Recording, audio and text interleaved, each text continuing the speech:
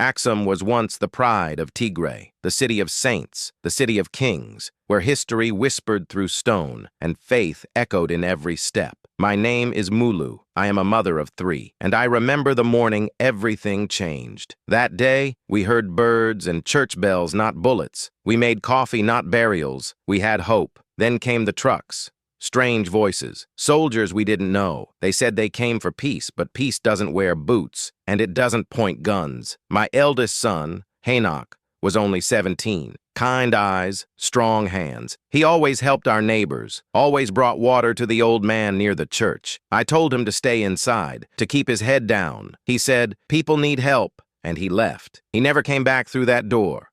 They took the young men, boys, fathers, students. They said they were enemies. But Henok never held a gun.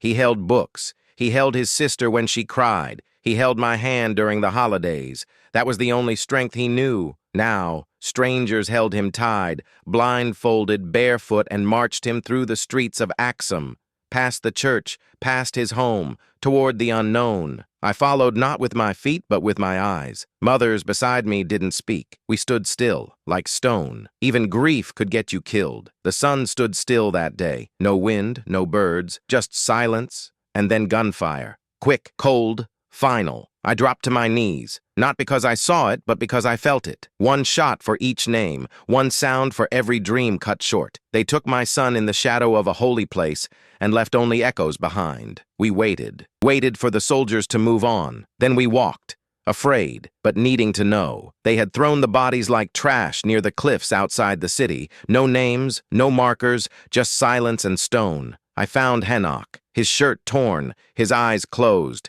his body still. I didn't cry.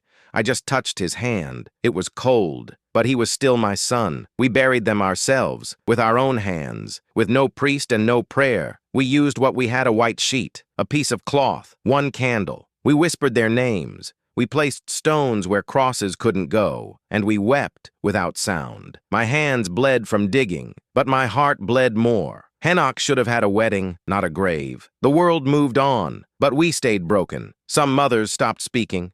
Some mothers stopped eating. Some just stared. I held Henok's shirt for days. I still hold it sometimes, just to feel the weight of something that once had life. People say, be strong. But strength isn't silence.